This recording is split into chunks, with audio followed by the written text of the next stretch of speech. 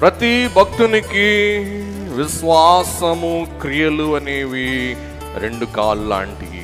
ఒకసారి కుడి పాదాన్ని విశ్వాసం అంట, ఎడం పాదాన్ని క్రియ అంట. విశ్వాసం అనే పాదం ఒక అడుగేసింది.